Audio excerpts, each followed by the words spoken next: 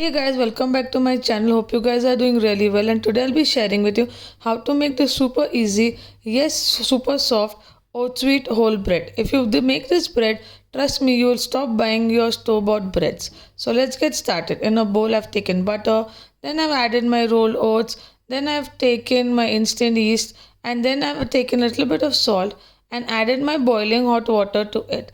Make sure that you keep mixing it till your butter melts. And what I've done is I've not added completely all my yeast. I added a little bit yeast before. And once the butter is melted well, I'm adding my whole wheat flour. But if you want, I have taken like 3 cups of whole wheat flour. You can make it half and half. You can make half of oats and half of your whole wheat flour. But I prefer taking the full whole wheat flour for a better texture. Then I've added my remaining yeast also, and I kept mixing this.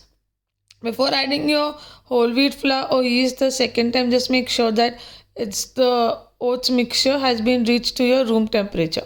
Keep mixing it really well till your dough is formed. So you can see that I started kneading my dough as soon as it started getting into a form. So you have to knead it till it stops touching the surface and your dough has become like really soft. So you can see this way I'm kneading it. If you don't want to use your hands, you can even use a mixer to make this. Make sure that you use the uh, hook attachment for your beater. So keep kneading, keep kneading, keep kneading. You might need to like dust some flour also.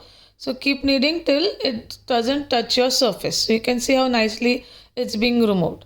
So once that is done, I'm just shaping my dough, and after that we are going to proof it for another 1 hour. So generally make sure that you proof it at a nice room temperature, not in a very cold temperature. And then you can see one more tip to just make see if your yeast is fresh or to store it for long. Make sure you always keep your yeast in the fridge. So after 1 hour you can see I've punched the dough and it's super soft right now. Again we are going to knead it really well again, and once that is done you can see I'm kneading it very well till it stops sticking the surface. In the first proofing, it might, when you get to second proofing, it might be a little sticky. So now after kneading my dough the second time, have taken a 6-inch tin. I added my parchment paper, and then you can see I've added the dough. Now I'm going to milk wash it, and you can even use an egg wash if you want. In this, if you want, you can even milk wash it with half milk and half honey. I've topped it up with some seeds on it. Like I've used mixed seeds, but you can use any other seeds that you like. And now we are going to again rest it for an hour. After that is done, it's rested for an hour and it proved double in size.